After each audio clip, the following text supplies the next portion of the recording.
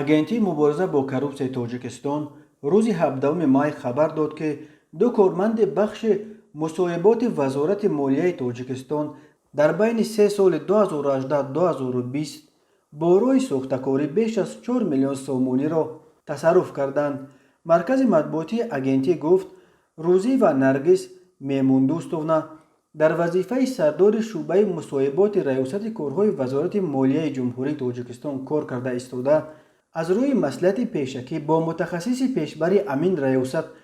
юсупова тахмина ятимовна дар давраи солҳои 2018-2020 бо роҳи сохтакории ҳуҷҷатҳои мусоибӣ беш аз 4 миллион сомониро тасарруф намуданд. нисбат ба рӯзива наргис ва юсупова тахмина бар асоси ду банди кодекси ҷиноятии тоҷикистон моддаи 245 қисми 4 аз худкунӣ ё исрофкорӣ яъне тасарруфи молу мулки ғайр ки ба гунаҳгор бовар карда супорида шудааст ё дар ихтиёри ӯ мебошад ба миқдори зиёд ва моддаи 323 сохтакории хидматӣ парвандаи ҷиноятӣ оғоз карданд ва тафтишоти пешакӣ идома дорад.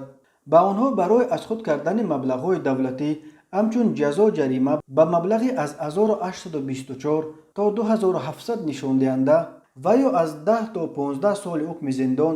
бо маҳрум кардан аз ҳаққи ишғоли мансабҳои муайян ё машғул шудан ба фаъолиятҳои муайян ба муддати то 5 сол таҳдид мекунад. ин бори аввал нест ки мавридҳои азхудкунии миллионҳо сомонӣ маблағҳо дар муассисаҳои давлатии тоҷикистон ошкор мешавад. агентии мубориза бо коррупсияи тоҷикистон